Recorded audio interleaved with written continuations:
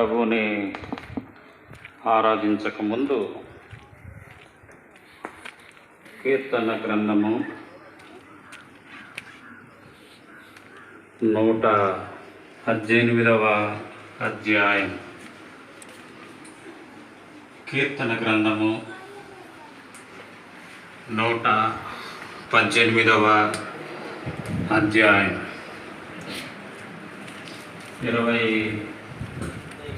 24వ వచనము అందరం కలిసి చదువుకుందాం. కీర్తన గ్రంథము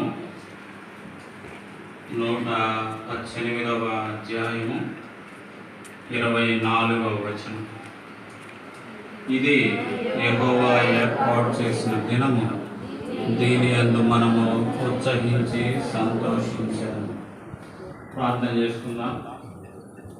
పరిశుద్ధ తండ్రి యేసుక్రీస్తు ప్రభువారి శ్రేష్టమైన ఉన్నతమైన ఘనమైన నామములో ఈ మధ్యాహ్నకాల సమయం ప్రార్థనా మందిరంలో మేము సమకూడి తండ్రి మేము జ్ఞానపరచడానికి స్తుతించడానికి మీరు ఇచ్చినటువంటి ధన్యకరమైన సమయాన్ని బట్టి మీ వందనాలు స్తోత్రాలు చెల్లిస్తా ఉన్నాం. ప్రభా తండ్రి, గత సంవత్సరాలన్నింటిలో మీరు కాపాడుతూ నిష్పా జీవితంలో మరొక సంవత్సరాన్ని మీరు అనుగ్రహిస్తూ వచ్చిన మీ కృప, మీ వాత్సల్యతను బట్టి స్తోత్రాలు. స్థానికంగా మీ దాసుడు సుందరవన తన కుటుంబం, స్థానికంగా ఉన్న విశ్వాసులు ఆయన ఆయా రీతిగా ఆయా ప్రాంతం నుండి ఆయన దైవజనులు విశ్వాసులు చేరాగలగటానికి నిష్పాపక్షంగా మిమ్మల్ని స్తుతించి కనపరచడానికి మీరు ఇస్తున్న తరుణాన్ని బట్టి స్తోత్రాలు. ఈ సందర్భంలో మీరు ఇచ్చిన మీ లేఖన భాగాన్ని బట్టి వందనాలు తండ్రి. మేము స్తుతించి ఆరాధించడానికై మీ మాటలు మీరు మాకు అనుగ్రహించండి. నిలబడిన మీ దాసుడు బలహీనుడు, మీరు కనికరించి మీ కృప చూపించి మీరు మాట్లాడితేనే ప్రభా తండ్రి మేము ఆరాధించగలం. తండ్రి మీ వందనాలు స్తోత్రాలు చెల్లించుకుంటూ యేసుక్రీస్తు వారి నామంలో గణపరచి స్తుతించి ప్రార్థిస్తా ఉన్నాము కర్మ తండ్రి. ఆమేన్. కాబట్టి మనం చదువుకున్నటువంటి మాట, ఇది యెహోవా ఏర్పాటు చేసిన దినము, దీని యందు మనము ఉత్సహించి సంతోషించాము. ఇది దేవుడు ఏర్పాటు చేసిన దినం. ఆ కారణం చేతనే గత 13 సంవత్సరాలు అనుకుంటా, అంతే కదా, 16 సంవత్సరాలు, ఇది 16, గత 15 సంవత్సరాలు కాపాడి ఈ యొక్క 16వ సంవత్సరంలోనికి దేవుడు మరి నిష్పా యాత్ర జీవితంలో మరి ఈ రీతిగా నూతన సంవత్సరం ఇవ్వటాన్ని బట్టి మనము స్తుతించే వారంగా మనం ఉంటాం. ఈ నూతన సంవత్సరంలో ప్రవేశించినటువంటి మనము ఎందుకు స్తుతించాలి అనేది, దేవుడు చేసిన ఈ దినంలో మనకు దేవుడు అనుగ్రహించినటువంటి కార్యాలు ఏంటి అనేవి క్లుప్తంగా, అంటే సమయం ఎక్కువగా లేదు కాబట్టి కొన్ని విషయాలు అలా గుర్తు చేసి మనం ఆ రీతిగా ఆరాధనలోనికి వెళ్తాం. కాబట్టి ఈ 118వ కీర్తనలో మనం కనుక చూస్తే మొదటి వచనము ఈ రీతిగా వ్రాయబడింది: యెహోవా దయాళుడు, ఆయన కృప నిరంతరము నిలుచును, ఆయనకు కృతజ్ఞతాస్తుతులు చేయుచు. తిరిగి ఈ అధ్యాయము చివరి వచనము కూడా మనం చూస్తే అదే మాటలు మనకి కనిపిస్తాయి. చూడండి ఒకసారి. యెహోవా దయాళుడు, ఆయన కృప నిరంతరమును నిలుచుంటున్నది, ఆయనకు కృతజ్ఞతాస్తుతులు చెల్లించు. కాబట్టి ప్రారంభ వచనము చివరి వచనము కూడా మనం ఇక్కడ గమనిస్తే ఆయన కృపను బట్టి మనము కృతజ్ఞతాస్తుతులు చెల్లించాలి అనేది మనం ఇక్కడ చూస్తా ఉన్నాం. అంతేకాకుండా ఈ యొక్క అధ్యాయంలో ఇదే మాట మొదటిది చివరిదిగా మనం చూసాము, మధ్యలో 3 పర్యాయాలు ఉంటుంది. అది కూడా ఒకసారి మనం చూద్దాం. చూడండి, 3 పర్యాయాలు కృతజ్ఞతాస్తుతులు చెల్లించుడి అనేటటువంటి మాట మనం చూడగలుగుతాం.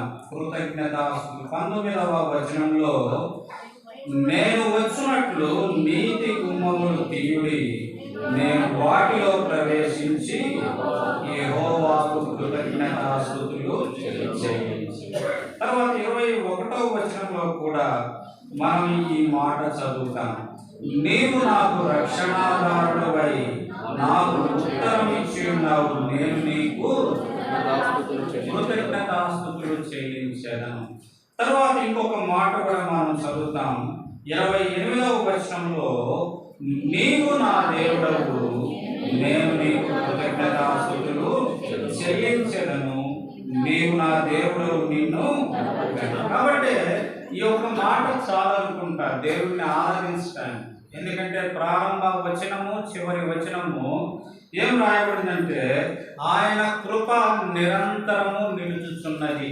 ప్రభా, నీ కృప నా జీవితంలో లేదా మిస్పా జీవితంలో నీవు కనపరుస్తూ గత 15 సంవత్సరాలు కాపాడుతూ వచ్చావు, అందును బట్టి నిన్ను స్తుతిస్తా ఉన్నాను అని అంటే చాలనుకుంటా ఉన్నాను. రెండవది మనం ఇక్కడ చదివినటువంటిది ఏంటంటే, నీతి గుమ్మములు తీయుడి, నేను వాటిలో ప్రవేశించి. అంటే నీతి గుమ్మములలో అంటే దేవుని మందిరంలోనికి మనం ప్రవేశించేదాని కొరకై తీయబడినటువంటి తెరవబడినటువంటి తలుపులు ఉన్నట్లుగా మనం చూస్తా ఉన్నాం. నీతి మంతత్వములోనికి నేను నన్ను ప్రవేశపెట్టినటువంటి ఆ దేవుడిని బట్టి మనము కృతజ్ఞతాస్తుతులు చెల్లిస్తా ఉన్నాం. ఆ తర్వాత మనం చదువుతా ఉన్నాం, అక్కడ రాయబడినటువంటి ఇంకో మాట ఏంటంటే 21వ వచనంలో, నీవు నాకు రక్షణాధారుడవు, నీవు నాకు రక్షణ అనుగ్రహించావు. అంత మాత్రమే కాకుండా అక్కడ ఇంకోటి ఉంది, ఏముంది, నాకు ఉత్తరం ఇచ్చి. ప్రభా, నీవు నాకు కలుగజేసిన నీ రక్షణను బట్టి నీకు కృతజ్ఞతాస్తుతులు చెల్లిస్తా ఉన్నా. అంతేకాదు ప్రభా, నా ప్రార్థన ఆలకించి నాకు జవాబు ఇస్తా ఉన్నావు, అందును బట్టి నీకు కృతజ్ఞతాస్తుతులు చెల్లిస్తావు. తర్వాత మనం అక్కడ చివరిలో చదువుకున్నది కూడా ఏంటిదంటే, నీవు నా దేవుడవు, నేను నీకు. ఆయన మనకి దేవుడుగా ఉన్న కారణాన్ని బట్టి మనము కృతజ్ఞతాస్తుతులు చెల్లించబడుతున్నాం. ఈ క్లుప్త మాటలు చాలా అనుకుంటా ఉన్నా. అయినప్పటికీ ఒక 2-3 విషయాలు మనం ఇక్కడ చూద్దాం. ఈ అధ్యాయం మొత్తాన్ని కనుక మనం చూస్తే ఇలాంటి మాటలే అనేక పర్యాయాలు మనకి కనిపిస్తాయి. కాబట్టి మొదటిదిగా మనం ఈ అధ్యాయంలో చూడటానికి ప్రయత్నించేది ఆయన కృప కలిగిన దేవుడు అనేటటువంటిది మనం అక్కడ చూస్తా ఉన్నాం. మొదటిది మనం చూసాం కదండి, చూడండి, మొదటి వచనంలో ఆయన కృప ఉంటుంది, 2వ వచనంలో ఆయన కృప ఉంటుంది, 3వ వచనంలో ఆయన కృప ఉంటుంది, 4వ వచనంలో కూడా ఆయన కృప ఉంటుంది, 29వ వచనంలో కూడా ఆయన కృప ఉంటుంది. 5 అంతల కృప మనం అక్కడ చూడగలుగుతా ఉన్నాం. 5 అంతల కృప అంటే దేవుడు ఎంతటి దయగలిగిన దేవుడు, దేవుడు ఎంత కృప కలిగినటువంటి దేవుడు అనేటటువంటిది మనం అక్కడ చూస్తా ఉన్నాం. మనకి కృప అనగానే దేవుని వాక్యంలో మనకి మొట్టమొదటిగా గుర్తొచ్చే వ్యక్తి ఎవరు? నోవాహు గుర్తొస్తాడు కదా. నోవాహు చూడండి, ఒక పర్యాయం నోవాహు మనం చూద్దాం ఒకసారి. 6వ అధ్యాయంలో ఆదికాండంలో 8వ వచనం మనం చూస్తాం. 8వ వచనంలో, అయితే నోవాహు యెహోవా దృష్టి యందు కృప నొందిన వాడాయను. కాబట్టి ఆ పై వచనాలు చూస్తే కనుక భూమి ఎంతగా చెడిపోయింది, దేవుడు ఆ భూమిని సృష్టించినందుకు ఎంతగా సంతాపడి ఉన్నాడు అనేది మనకి చూస్తా ఉన్నాం. ఆ తర్వాత వచనంలోనే ఇమీడియట్ వచనంలో మనం చూస్తాం, నోవాహు యెహోవా కృప పొందాడు.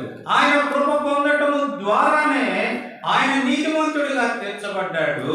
నోవాహు దేవుని కృప పొందిన కారణం చేతనే ఆయన యథార్థవంతుడిగా ఉండగలుగుతూ వచ్చాడు. నోవాహు దేవుని కృప పొందటం ద్వారానే ఆ యొక్క ఓడ సిద్ధపరచడానికై తాను ఒక పనిముట్టుగా ఉపయోగపడుతూ వచ్చాడు. ఆయన కృప పొందటం ద్వారానే ఆ జల ప్రళయం నుండి ఆయన రక్షించబడుతూ వచ్చాడు. ఆయన కుటుంబం రక్షించబడుతూ వచ్చింది. ఆయన కృప పొందటం ద్వారానే ఒక నూతన తరానికి నోవహు తండ్రిగా ఉంటూ వచ్చాడు అనేది మనం అక్కడ గమనించగలుగుతా ఉన్నాం. పాత తరమంతా పాతదంతా కొట్టివేయబడి ఒక నూతన తరం నోహు తర ఈ భూమి మీద విస్తరించడానికి ఆయన కృపే కారణం అనేది మనం అక్కడ చూస్తా ఉన్నాం. ఆయన కృప లేకుండా ఉంటే బహుశా నోవాహు ఆ రీతిగా ఉండేవాడు కాదేమో. కనుకనే కృప అనేటటువంటిది చాలా ప్రాముఖ్యమైనటువంటిది అనేటటువంటి విషయాలు మనం అక్కడ చూస్తా ఉన్నాం. అందుకే ఈ కృప ద్వారా మన జీవితాల్లో కలిగేటటువంటి కొన్ని విషయాలు మనం చూసి ఆ తర్వాత దానికి మనం వెళ్ళడానికి ప్రయత్నం చేద్దాం. రండి, ఎఫెసీయులకు రాసినటువంటి పత్రిక 2వ అధ్యాయము 5వ వచనం 8 మనం చదువుదాం. ఎఫెసీయులకు రాసినటువంటి పత్రిక 2వ అధ్యాయము 5వ వచనం. మనము మన అపరాధముల చేతను మన ఎడల చూపిన మహాప్రేమ చేత క్రీస్తుతో కూడా బ్రతికించను కృప చేతనే. కాబట్టి నేను ఈరోజు దేవుని మందిరంలో ఉండగలిగామంటే ఆయన కృప ద్వారా రక్షించబడి దేవుని మందిరంలోనికి నేను తీసుకుని రావడం అనేది మనం జ్ఞాపకం చేస్తాం.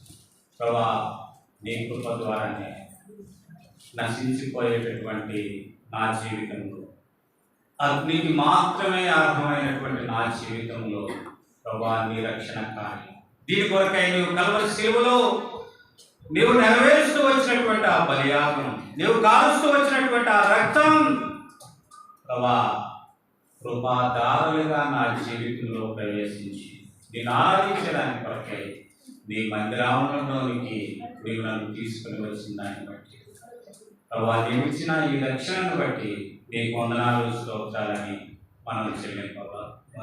రెండవదిగా కనుక మనం చూస్తే ఈ కృప ద్వారా మన జీవితాల్లో కలిగేటటువంటి రెండవది చూస్తే రోమీయులకు రాసిన పత్రిక 3వ అధ్యాయము 24వ వచనం.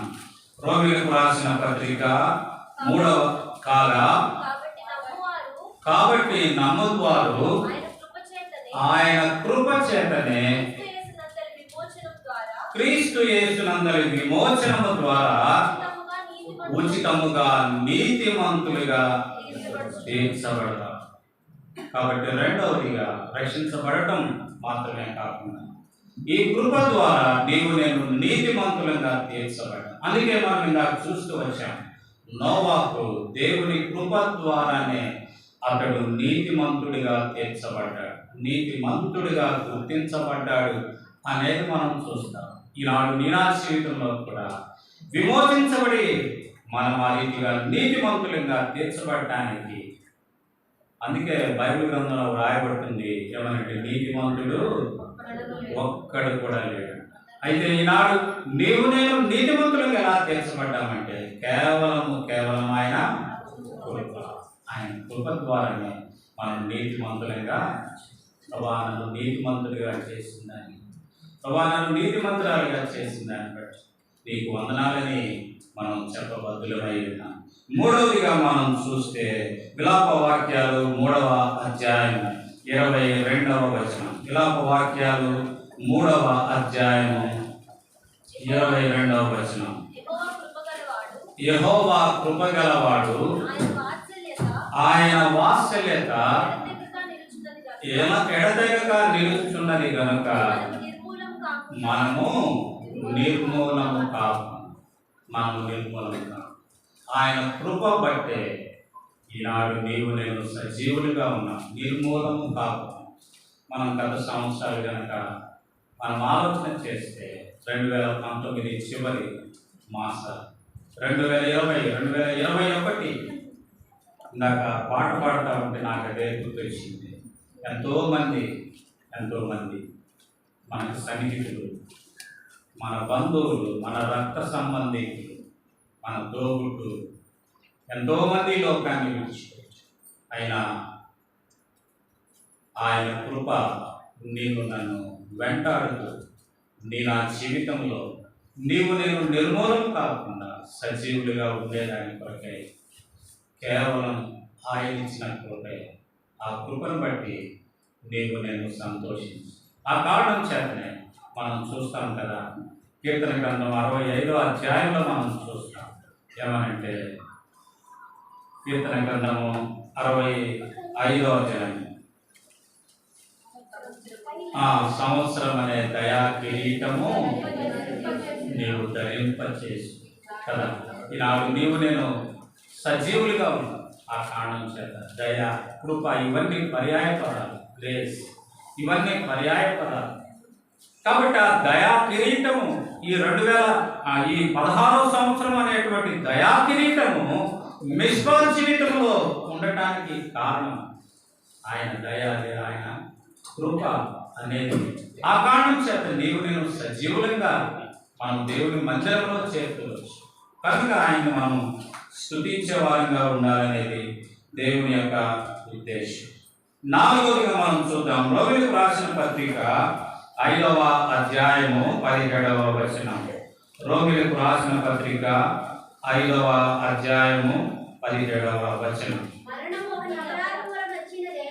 మరణము ఒకని అపరాధం వలన వచ్చినదే, ఆ ఒకని ద్వారానే ఏలిన ఎడల కృపా బాహుళ్యమును నీతి దానమును పొందువారు జీవము గలవారై మరి నిశ్చయముగా యేసు క్రీస్తును ఒకని ద్వారా ఏలుదము. అంటే జయ జీవితం, ఏలుబడి చేసేటటువంటి జీవితాన్ని కేవలం ఆయన కృప ద్వారానే మనకి అనుగ్రహిస్తారు. కాబట్టి మనం చూస్తా ఉంది 4వదిగా జయకరమైన జీవితం, ఏలుబడి చేసే జీవితం. అంతం వరకు సహించిన వాడే రక్షించబడును, అంతం వరకు సహించిన వారే ఆయనతో కూడా ఏలుబడి చేస్తారు.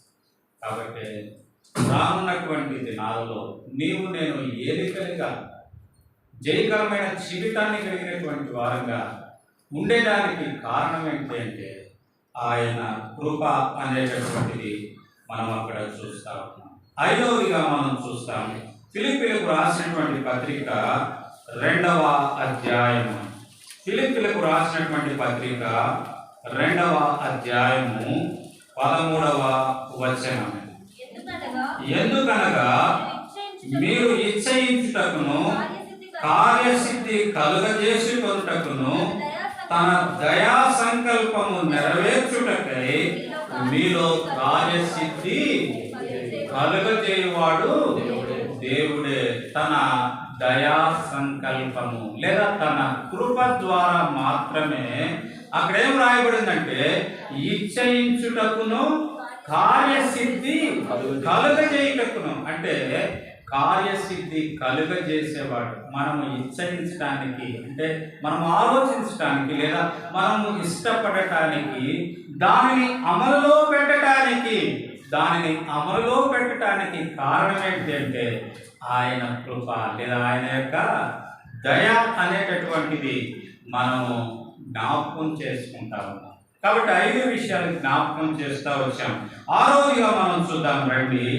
6వదిగా ఏంటంటే హెబ్రీయులకు రాసినటువంటి పత్రిక 4వ అధ్యాయము 15-16 వచనాలు. హెబ్రీయులకు రాసిన పత్రిక 4వ అధ్యాయము 15-16 వచనాలు. మన ప్రధాన యాజకుడు మన బలహీనతలయందు సమస్త విషయములలో ఆయన పాపము లేనివాడుగా ఉన్నను గనుక మనము కనికరింపబడి సమయోచితమైన సహాయము కృప పొందుటట్లు ధైర్యముతో కృపాసనము యొద్దకు. కాబట్టి ఆయన కృపాసనము యొద్దకు రావడానికి లేదా ఆయన సన్నిధిలో నేను మోకరించడానికి కారణం, ఆయన సన్నిధిలో మోకరించగలిగేటటువంటి ధైర్యం చేయడానికి కారణం ఏంటంటే ఆయన యొక్క కృప. తద్వారా మనం ఏం పొందుతామన్నామంటే సమయోచితమైన. కాబట్టి ఎప్పుడైతే మనం ఆయన పాదాల దగ్గరికి రాగలిగామో, ఎప్పుడైతే ఆయన సన్నిధిలో మోకరించగలిగామో, తద్వారా మనము సమయోచితమైన సహాయాన్ని పొందగలుగుతా ఉన్నాం. కారణం ఏంటంటే ఆయన యొక్క కృప అనేటటువంటిది మనం చూస్తాము. తర్వాత రోమిలకు రాసిన పత్రిక 6వ అధ్యాయం 23వ వచనం. రోమిలకు రాసిన పత్రిక, ఏలైనగా పాపం వలన వచ్చు జీతము మరణము, అయితే దేవుని కృపావరము మన ప్రభు అయిన యేసుక్రీస్తునందు.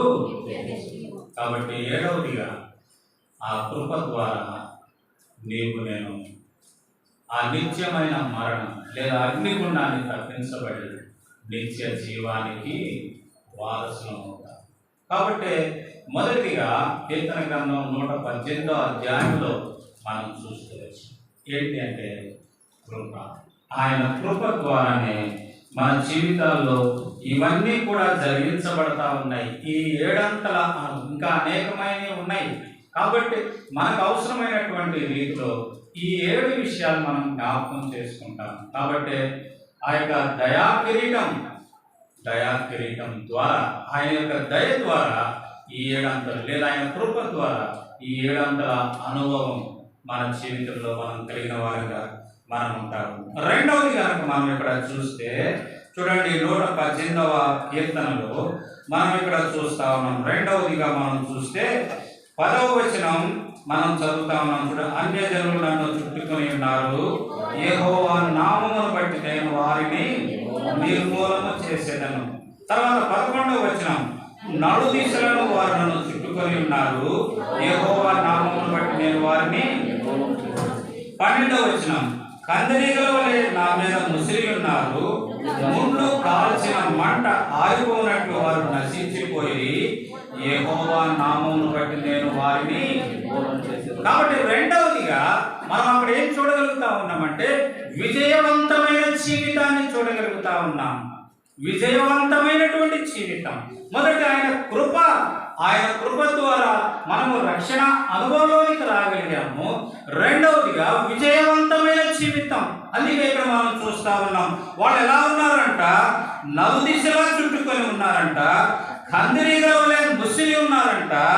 తర్వాత మనం అక్కడ చూస్తా ఉన్నది ఏంటంటే ముండ్లు కాల్చిన మంట ఆరిపోనట్లు వారు నశించిపోయి. దేని బట్టి అంటే యెహోవా నామమును బట్టి. 3 పర్యాయం మనం అక్కడ చూస్తా ఉన్నాం. నన్ను వాళ్ళు చుట్టుకొని ఉన్నారు, యెహోవా నామమును బట్టి నిర్మూలం. కందిరీగల వలె ముసురుకున్నారు, యెహోవా నామమును బట్టి నిర్మూలం. కాబట్టి మనం ఇక్కడ చూస్తా ఉన్నది విజయవంతమైన ఆయన రక్షించడం మాత్రమే కాకుండా మన జీవితాల్లో విజయవంతమైన జీవితం, సంవత్సరం వెంబడి సంవత్సరం విజయవంతమైన జీవితాన్ని జీవిస్తూ మనం ముందుకు కొనసాగేదాని కొరకే ప్రభు ఆశించిన మేరకు ఆయన సన్నిధిలో నిత్యము సదాకాలం ఉండేదాని కొరకైనా. అందుకే మనం ప్రకటన గ్రంథంలో చదువుతాం ఏమనంటే జయించిన వారు కదా. మనకి ఆ యొక్క సంఘాల గురించి రాస్తూ ప్రతి సంఘం దగ్గర అంటాడు జయించిన వారు ఇలా ఉంటారు. కాబట్టి అలాంటి జయకరమైన జీవితాన్ని జీవిస్తూ ఆయన యొక్క సన్నిధిలో స్తంభం వల్లే లేదా ఆయన సన్నిధిలో ఇంకొక రీతిగా నేను ఉండేదాని కొరకై ప్రభు నన్ను ఆ రీతిగా సిద్ధపరుస్తూ ఉన్నటువంటి విధానం సంవత్సరం జరిగే కొద్ది మన జీవితాల్లో అట్టి విజయవంతమైనటువంటి జీవితాన్ని అనుగ్రహిస్తా ఉన్న ఆ ప్రభువుకి నేను కృతజ్ఞతాస్తుతులు చెల్లించబద్ధులముగా మనం ఉన్నామనేది మనం అక్కడ చూస్తాము. తర్వాత మూడవదిగా కనుక మనం చూస్తే రండి, ఇక్కడ మనం చూస్తా ఉన్నాం చూడండి 17వ వచనంలో, నేను చావను సజీవుడనై యెహోవా క్రియలను వివరించెదను. అందుకే మనకి పైన కనిపిస్తా ఉంటుంది 15-16వ వచనంలో మనకు కనిపిస్తుంది, నీతిమంతుల గుడారంలో రక్షణ గురించిన ఉత్సాహ సునాదము వినబడును. ఆ తర్వాత మనం చూస్తాం యెహోవా దక్షిణ హస్తం ఏం చేస్తుంది, సాహస కార్యాలు. ఆ తర్వాత చూస్తాం యెహోవా దక్షిణ హస్తం మహోన్నతమాయను, యెహోవా దక్షిణ హస్తం సాహస కార్యాలు చేస్తుంది. నేను చావను సజీవుడనై ఆయన కార్యాలు ఏంటి, ఆయన దక్షిణ హస్తంతో చేసిన ఆ కార్యాలు. అందుకే ఈ మాట మనం ఎక్కడ చూస్తామంటే నిర్గమకాండములో 14వ అధ్యాయము 15వ అధ్యాయంలో మనం చూస్తాం యెహోవా దక్షిణ హస్తము సాహస కార్యం. ఏ రీతిగా వారు ఆ యొక్క పాట పాడుతా ఉన్నారు చూడండి ఒకసారి.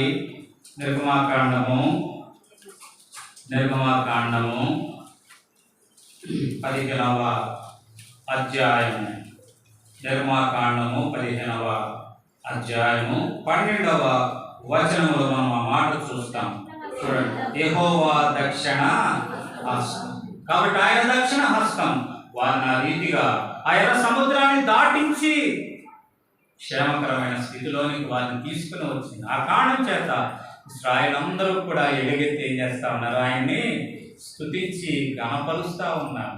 అందుకే మనం ఇక్కడ చదువుతా ఉన్నాం, నేను చావును సజీవుడనై.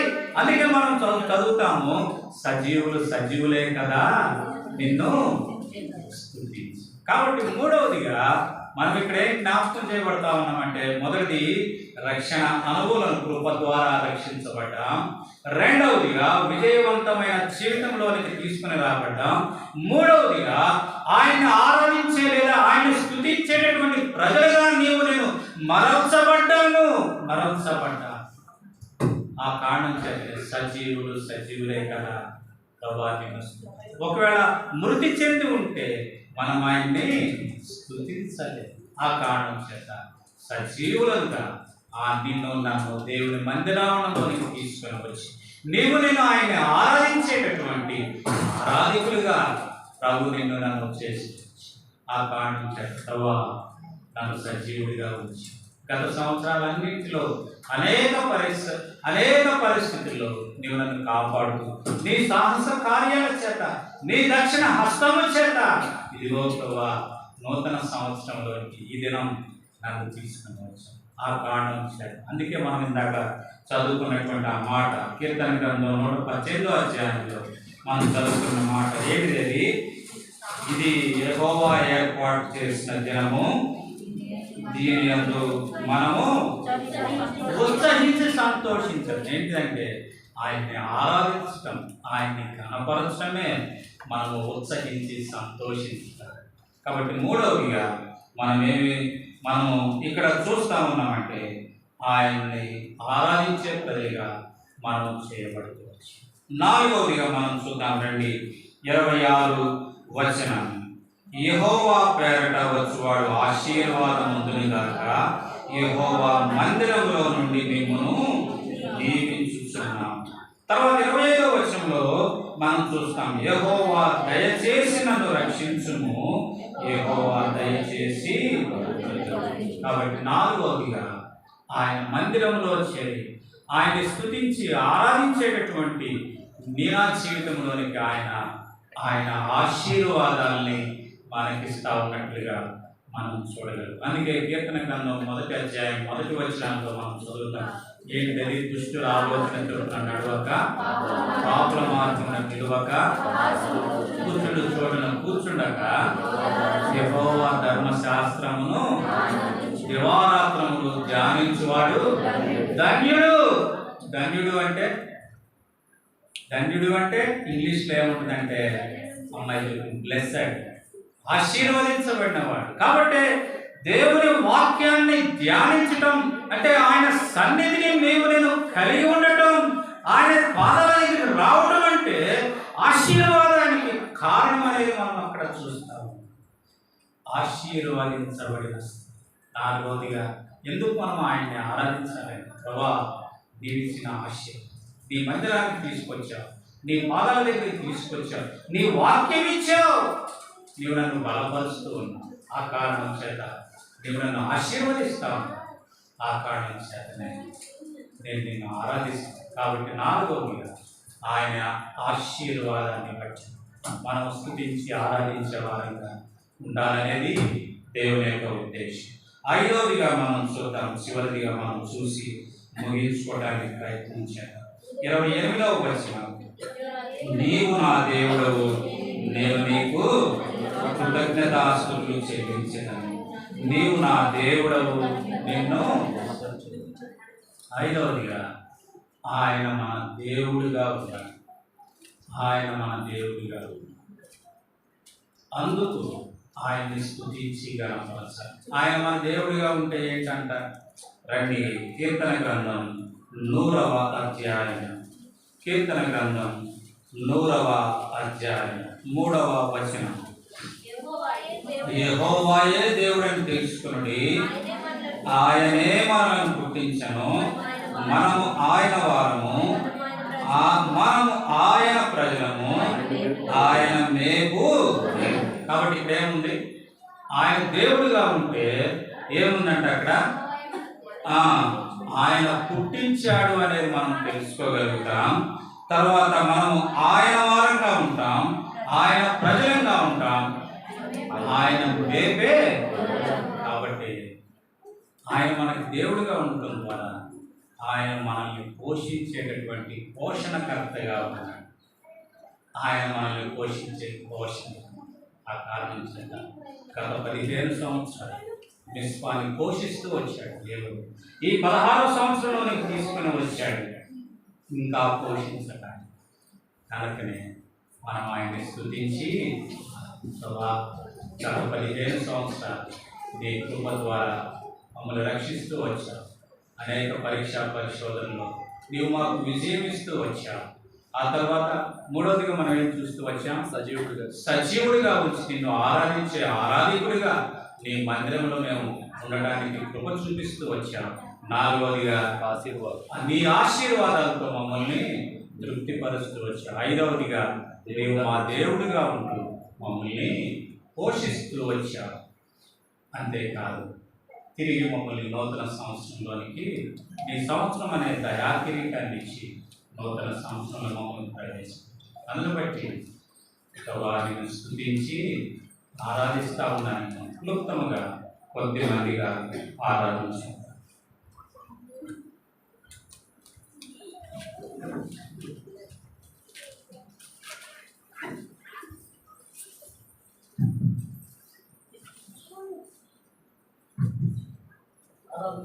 ఆరాధించండి.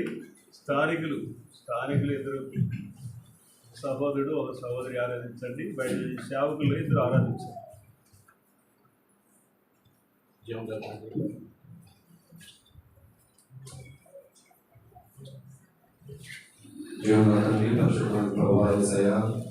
మీ బంగారు స్తోత్రాలు చెల్లిస్తున్నాం తండ్రి.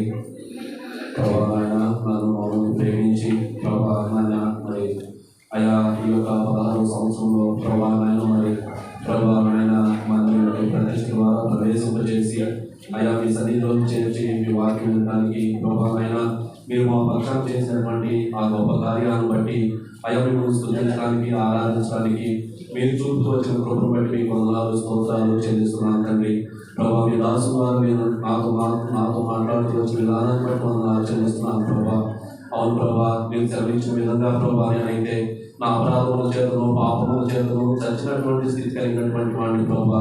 అయ్యా అంతేకాకుండా ప్రభా వాటి క్రయదానం అనేది ఏమీ లేకుండా చనిపోయింది, ఇచ్చిన నాశనానికి వెళ్ళవలసినటువంటి వాడిని తండ్రి.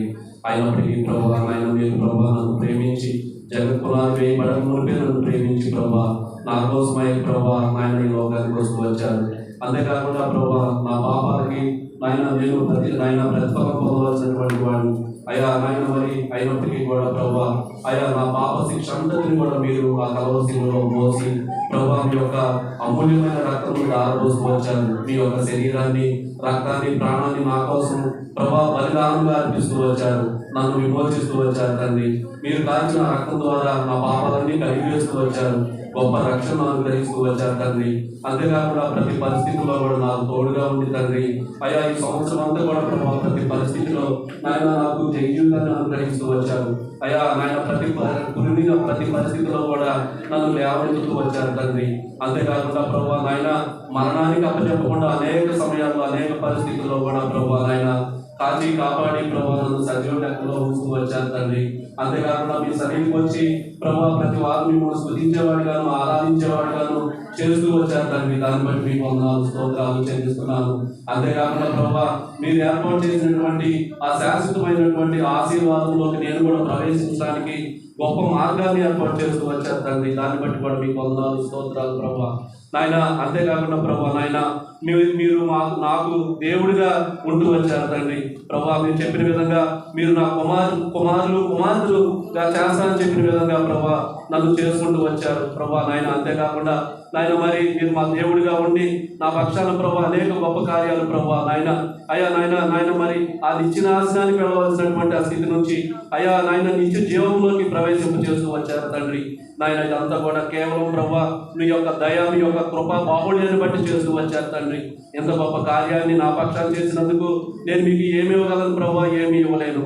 ఏమి ఇచ్చినప్పటికీ కూడా అది తక్కువే కాబట్టి తండ్రి మీరు ఇచ్చిన రక్షణ పాత్రను చేత పట్టుకుని విరిగి నలిగిన హృదయంతో ఈయన ఆరాధన మీ పాదాల చెంత పెట్టి అర్పించి ఆరాధిస్తున్నాను తండ్రి. ఆమేన్.